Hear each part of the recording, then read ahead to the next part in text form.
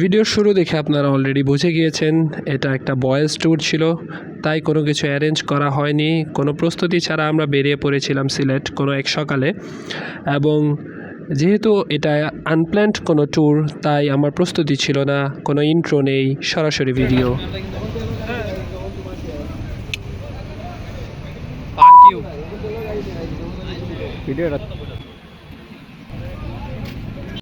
তো এইভাবেই ওই দিন আমাদের সিলেটের সকাল শুরু হয়, হঠাৎ কোনো প্ল্যান ছাড়া যেভাবে আমরা চলে এসেছিলাম।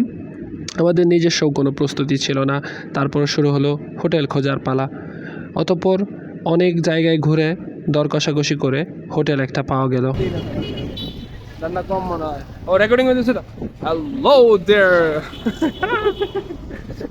Hello there, this is explorers Abdullah এবং সিলেট ট্যুরের আমরা হচ্ছে ডে 1-এ, এবং আমরা এখন বেরিয়ে চলেছি হচ্ছে খাবারের সন্ধানে। এবং যেখানে আসে সিলেটের নাম, সেখানে খাবার বলতেই হচ্ছে নাম চলে আসে পাঁচ ভাইয়ের।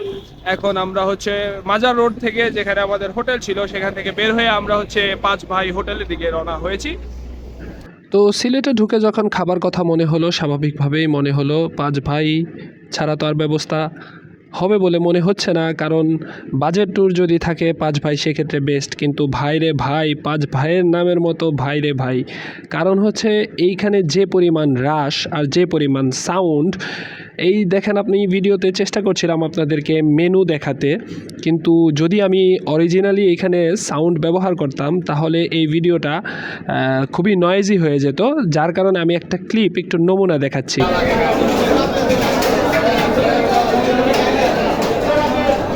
দুইয়া থেকে মেয়েটা ধর, একটু কষ্ট করে খা। Serious, be serious, be fucking serious bro. আপনারা যেটা দেখতে পাচ্ছেন দর্শক, এখানে হচ্ছে যে চা শ্রমিকদের যে ইউনিয়ন লিডার, উনি এখানে উপস্থিত হয়েছেন।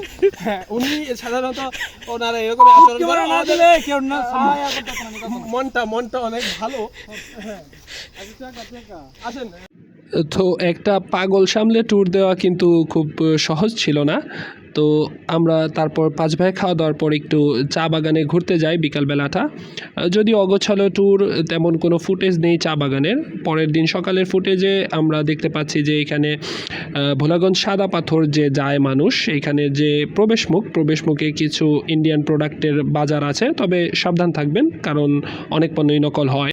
তো সাদা পাথর নামার পর আপনাদের যেখানে যেতে হবে সেটা হচ্ছে গোসল করার যে সেই স্থান, যেখানে দেখেন আপনারা যে সবাই ছবি তুলছে, সেখানে ট্রলারে যেতে হয়।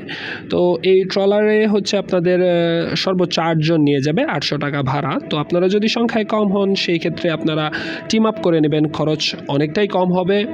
এবং আমরা যে দিন গিয়েছিলাম খুব সম্ভবত ওই দিন উইকেন্ড ছিল, যার কারণে প্রচুর ভিড় ছিল।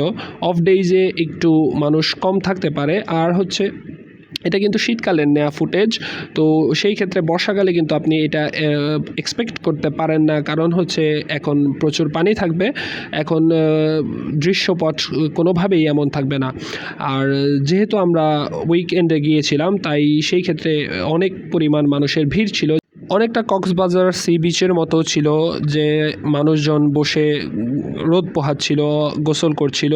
তো এই রকম একটা দৃশ্যপট আমরা গিয়ে অবলোকন করেছি। অতঃপর আমরা সীমান্তের পার্শ্ববর্তী যে জায়গাটুকুতে মানুষ কম যায় সেই জায়গায় আমরা গিয়েছিলাম। এই যে সোহাগকে দেখা যাচ্ছে, সে ভাব নিচ্ছে সানগ্লাস পরে।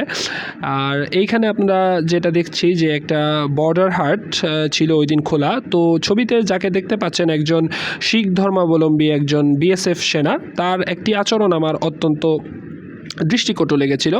বর্ডার হাট একটি উন্মুক্ত জায়গা, যেখানে হচ্ছে সবাই পণ্য কেনাকাটা করতে আসবে, দুই দেশেরই লোকজন। তো তাদের বন্ধ গেট থাকার পরেও সেই গেটের কাছে যদি কোনো বাঙালি যাচ্ছিল, সে বেধড়ক পেটাচ্ছিল।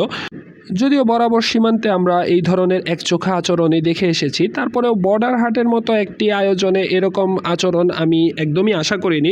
অথচ তাদের যে লোকজন ছিল তারা কিন্তু এইভাবে ব্যবসা করে যাচ্ছিল, এইভাবে দোকান সাজিয়ে বসেছিল, তারা উন্মুক্তভাবে ইভেন আমাদের গেট ক্রস করে তারা বাংলাদেশের ভিতরের স্পটগুলো ঘুরে যাচ্ছিল। সেই ক্ষেত্রে আমরা কিন্তু কোনো বাধা দিচ্ছিলাম না। ওনারা কেন আমাদের সাথে এমন আচরণ করেন ওনারাই ভালো জানেন। সীমান্তবর্তী কোনো মানুষ নিশ্চয়ই ইন্ডিয়া গিয়ে একবারে সেটেল হয়ে যাবে না, এই ধরনের চিন্তাভাবনা আশা করি কারো নেই। তো বর্ডারহাটের বাজার দেখতে দেখতেই যাওয়ার সময় হয়ে গেল এবং আমরা ফেরার পথ ধরেছিলাম। ফেরার পথে যে সিলেটের যে আসলে নৈসর্গিক সৌন্দর্যগুলো সেগুলো আসলে জার্নিতেই দেখতে পাওয়া যায়। সবচেয়ে বেশি পাওয়া যায় হচ্ছে ট্রেন জার্নিতে। তো ট্রেন জার্নি যেহেতু আমরা করিনি, আমরা বাসেই যাচ্ছিলাম, তারপরেও যে পাহাড়ি সৌন্দর্যগুলো আমার বারবার চোখ আটকে যাচ্ছিল সেই মেঘালয়ের সীমান্তবর্তী পাহাড়ের দিকে। সেই সুউচ্চ পাহাড়গুলো একটাও বাংলাদেশের সীমান্তে নেই, এটা একটা আফসোসেরই বিষয়। তারপরেও হচ্ছে যতটুকুই আছে আমাদের ছোট ছোট টিলাগুলো, সেগুলো সবুজ আবৃত ছিল, যেগুলো দেখতে অনেক সুন্দর লাগছিল। এবং ওই দিন একটু বৃষ্টি হয়েছিল, তাই বৃষ্টি স্নাত পাহাড়গুলো অত্যন্ত সুন্দর দেখাচ্ছিল। আর আমার সবচেয়ে পছন্দের একটা ক্লিপ আপনাদের সাথে শেয়ার করছি। যখন আমরা চা বাগানে একবারে টিলার চূড়ায়, তখন মাগরিবের আজান হচ্ছিল, আর চারদিক থেকে অসংখ্য মাইকে অসংখ্য মাগরিবের আজান যখন ভেসে আসছিল, এই পরিবেশটা অত্যন্ত মায়াময় আর হচ্ছে একটু ভিন্ন জাগতিক মনে হয়েছে আমার কাছে, গায়ে শিহরণ ধরিয়ে দেওয়ার মতো।